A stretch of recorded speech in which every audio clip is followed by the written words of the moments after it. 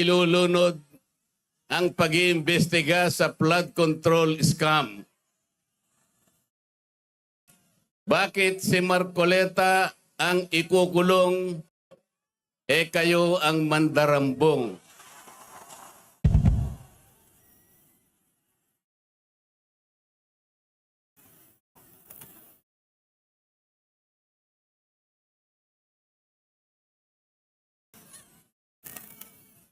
Meron po akong babasahin sa inyo. Alam nyo na po ito pero kailangan pong alam ko uli sa inyo para maitatak po sa ating puso. Ang babasahin ko po sa inyo ay yung pambungad o yung preambulo ng ating saligang batas.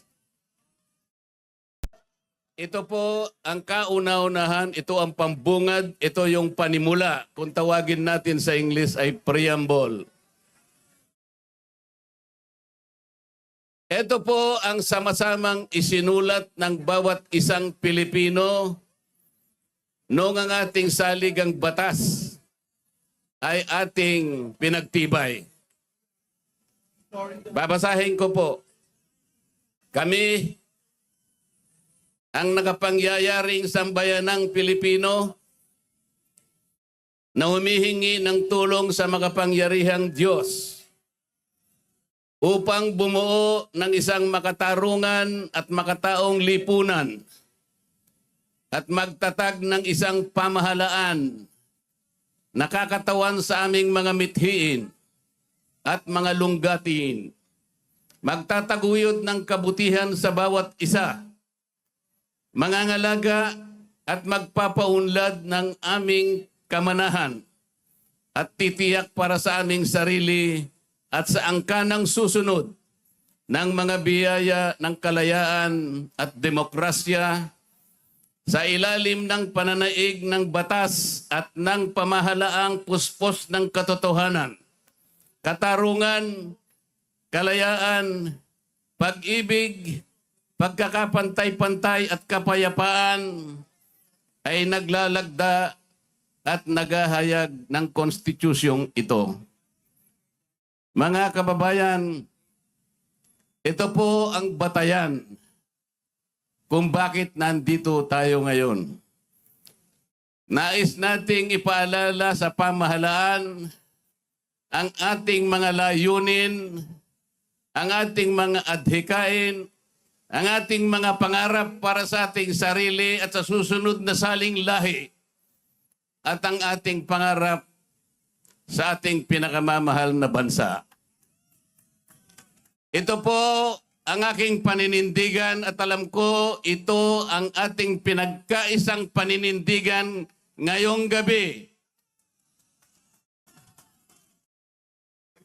Nakahanda po akong magpakulong.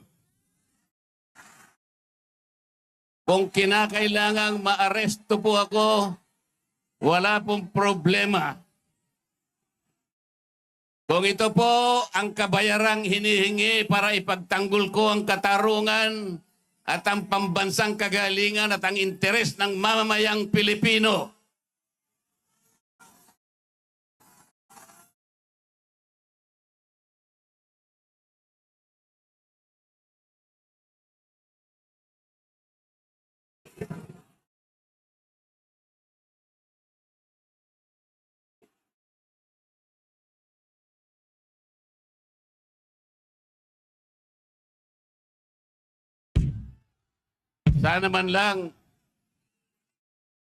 sana man lang may ninakaw ako. Sana man lang kasama ko sa mga mandarambong. Mga nabanggit na yung mga pangalan nila. Ang isa ay si Martin Romualdez. Ang pinagdalhan ng mali-malitang pera.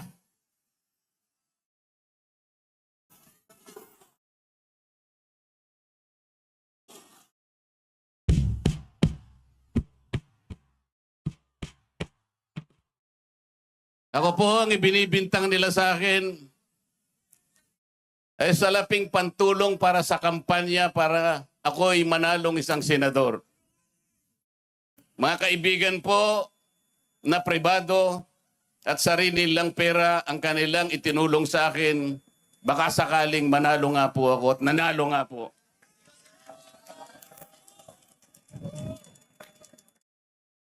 Hindi ko na po ipaliliwanag ang technicality kung paano nila inimbento ang isang gawa-gawang asunto laban sa akin.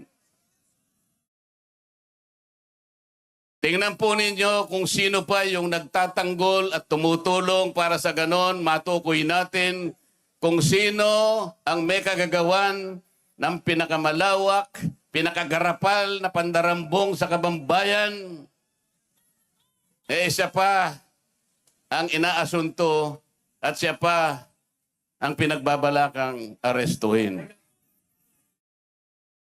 Hindi ba katungkulan ng ombudsman ang sila ang humanap, umusig at parusahan ang lahat ng may kagagawan nito? Bakit ang ombudsman ang nagagalit sa akin? Hindi ba dapat tulungan pa nila ako? Sapagkat iisa ang layunin namin. Ginawa po nilang politika ang lahat ng ito. Ang mga asunto po na sinampa laban sa akin ay nagsasaysay ng kwarta.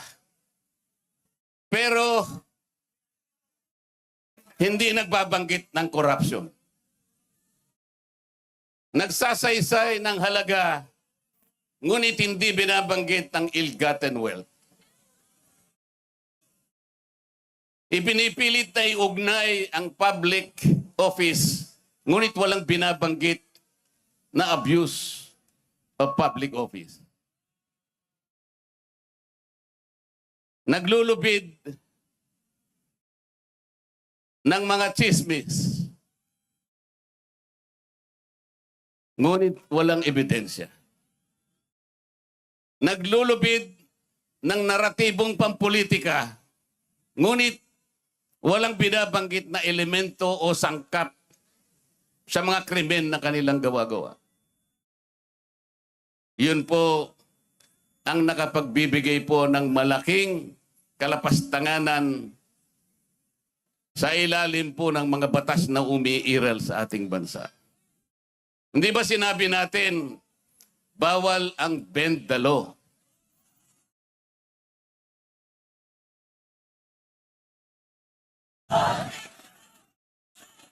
Ayun. Don't bend the law.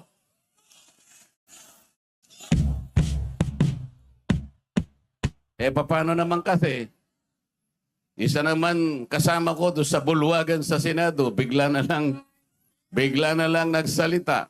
Sometimes you have to bend the law to be able to please the people.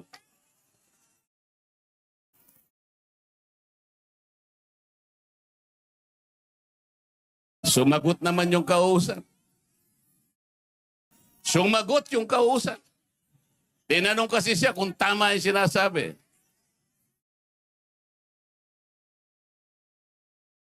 Ang sabi niya, yes sir.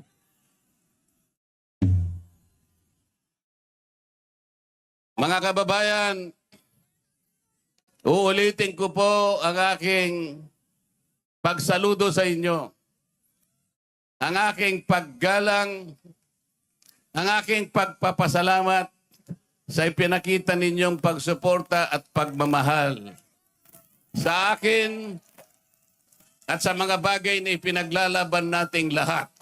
Ang katarungan, ang katotohanan, ang pananagutan at ang katarungan. Huwag po tayong mag-iwa-hiwalay. Ang sabi nga natin, we are one.